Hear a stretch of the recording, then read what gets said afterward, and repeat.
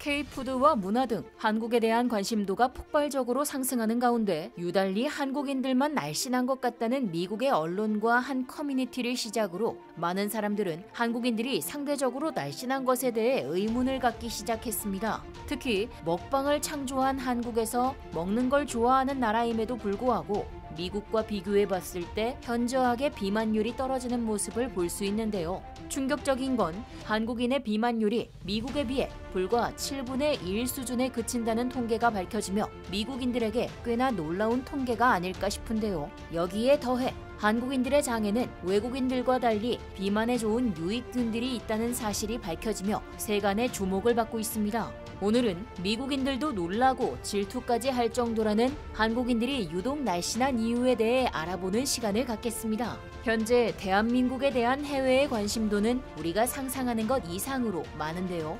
그러다 보니 자연스럽게 한국의 음식 문화에 대해 관심이 쏠리게 되었고 매 식사마다 많은 종류의 반찬과 다양한 음식들로 가득한 식사를 하는데도 불구하고 이상하리만치 주위를 둘러보면 비만인 사람들을 찾아보는 게 쉽지 않을 정도로 미국과 비교해봤을 때 상대적으로 적은 걸 볼 수 있습니다. 그러다 보니 미국에선 한국인들이 날씬한 이유에 대해 분석을 해보게 되었고 그 충격적인 이유로 인해 질투가 날 정도라 하는 게 아닐까 싶은데 거기다 OECD 32개국 가운데 우리나라의 비만율이 두 번째로 낮은 31위에 해당된다는 수치가 발표되었고 한국 성인의 비만율이 겨우 5.9%밖에 안 된다는 놀라운 통계를 발표했습니다. 더욱 놀라운 건 국제사회에서 비만을 산출하는 방식과 한국에서 산출하는 방식이 다르다는 것인데요. 국제적으로는 체질량 지수가 30 이상일 때 비만이라 보지만 한국에선 25 이상을 비만으로 정의해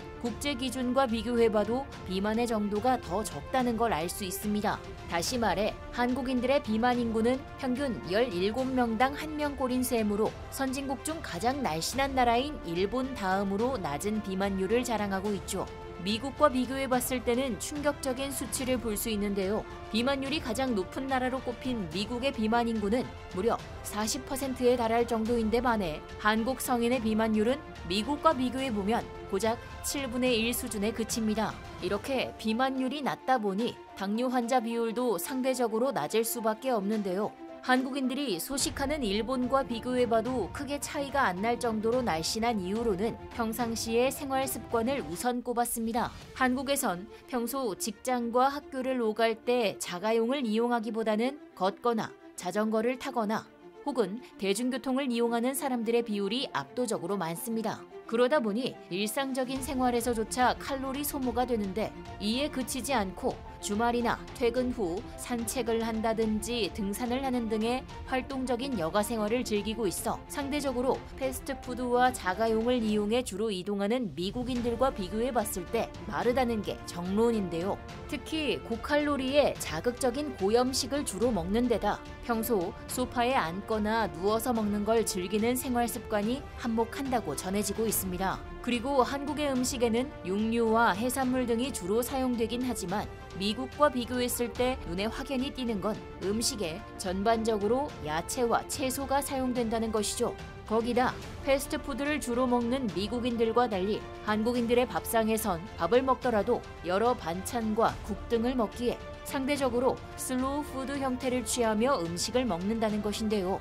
이러한 생활 습관이 평소에 몸에 배어 행동하게 된다면 아무래도 그렇지 않은 사람들과 비교해봤을 때 수치상으로나 육안상으로나 차이가 나는 건 당연한 결과라 생각됩니다. 또한 한국인들은 음식을 먹을 때 대부분이 절제를 할 줄 안다는 것인데요. 무리하게 폭식을 즐겨야 하는 미국인들과 달리 어느 정도 배가 차면 무리하다는 생각이 드는 한국인들은 더 먹고 싶더라도 자종을 한다는 것이죠. K푸드가 각광받으면서 한국인들이 마른 이유에 대한 일반 미국인들의 생각이 다양하게 있는데 여기 한국계 미국인이 있습니다. 한국과 미국에서 살았습니다. 미국인의 섭취량은 한국에 비해 매우 크며 한국인은 날씬함을 의미하는 기준이 다릅니다.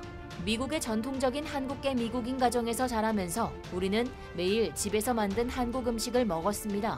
이후로 나는 집에서 만든 정통 한국 음식을 더 이상 자주 먹지 않기 때문에 살이 쪘고 내 식습관은 더 서구적이며 훨씬 더 앉아서 생활합니다. 한국에 있을 때 살이 좀 빠졌어요.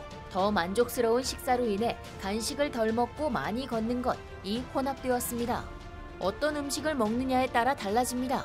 한국의 식생활 문화도 크지만 다이어트 문화도 엄청나다는 것을 기억하세요. 한국 사람들은 체중 관리를 꽤 잘하고 살이 조금 찌면 다이어트를 합니다. 특히 마지막 반응에서 재미있는 부분이 있는데요. 살이 조금 찌면 다이어트를 한다는 것으로 한국에서의 미는 마르고 이쁘고 몸이 좋은 사람이란 인식이 고정관념처럼 여겨지고 있어 대부분의 한국인들은 살이 찌거나 배가 나오기 시작하면 실천을 하던지 안 하던지에 관계없이 다이어트를 해야겠다는 마음을 가진다는 것입니다. 사회 전반에 걸친 미의 기준이 한국인들로 하여금 자신도 모르게 혹은 의식적으로 뚱뚱해지면 안 된다라는 인식을 갖게 만든다는 것이죠. 일례로 한국에선 오랜만에 친구나 친인척들을 만나게 되면 무의식적으로 살이 쪘다, 살이 빠졌다 등의 질문이 오가게 됩니다. 그로 인해 새로운 누군가를 만난다거나 혹은 오랜만에 만난다고 가정하였을 때 한국인들은 살이 찌면 좋을 게 없다는 생각을 하게 된다는 것인데요. 아무래도 미의 기준이 되는 이쁘고 날씬하고 몸이 좋은 사람을 추구하는 사회 통념이 음식을 먹을 때 자제력을 갖게 하는 등의 행위로 나타나는 게 아닌가 합니다. 거기다 발효되고 정제된 음식을 먹는 식습관이 더해지며 폭식을 하지 않는 한국인들의 몸매가 날씬하게 유지되는 것입니다. 하지만 이러한 누구나 생각할 수 있는 범주 외에 놀라운 연구 결과가 발표되기도 하였습니다.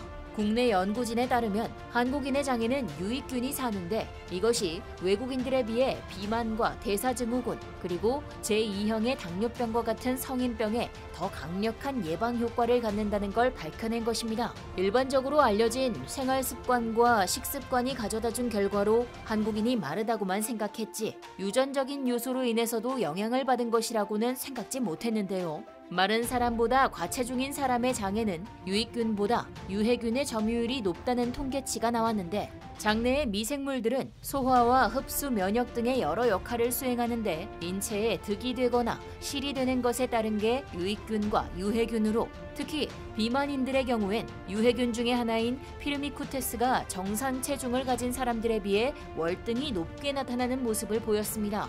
이와 반대로 날씬한 사람들의 장에는 박테로이데테스라는 유익균이 높은 걸로 밝혀졌는데요. 증명해내기 위해 여러 시험이 진행되면서 살이 찌는 사람들에겐 유해균이 더욱 증가된 것으로 판별이 나고 장내 세균이 비만과 아주 높은 상관관계를 가졌다는 게 세간의 주목을 받게 되었습니다. 그런데 장내 미생물은 유전적인 요인과 식습관적 요인 등 개인별로 다양한 것이 알려졌는데 그 중에서도 유달리 한국인들의 장에 사는 유익균들이 외국인들에 비해 비만과 당뇨 등의 성인병 예방에 특출나다는 것이 밝혀지며 똑같이 먹더라도 더 살이 찌는 미국인과는 달리 덜 살이 찌는 체형을 갖고 있다는 놀라운 사실이 밝혀진 것입니다. 아무래도 이러한 유익균이 외국인들에 비해 높은 건 전통적인 한국인들의 생활 습관과 식습관이 한몫한 게 아닐까 싶은데요. 더군다나 요새 들어 젊은 사람들에게 핫한 바디 프로필을 찍는 게 유행하며 철저한 식단 관리와 운동을 통해 몸을 가꿔가는 이들이 늘어가고 있으며 자기 관리를 하는 사람들이 그렇지 못한 사람들에 비해 인기가 있다 보니 너도 나도 체중 관리에 신경을 쓰는 결과가 바로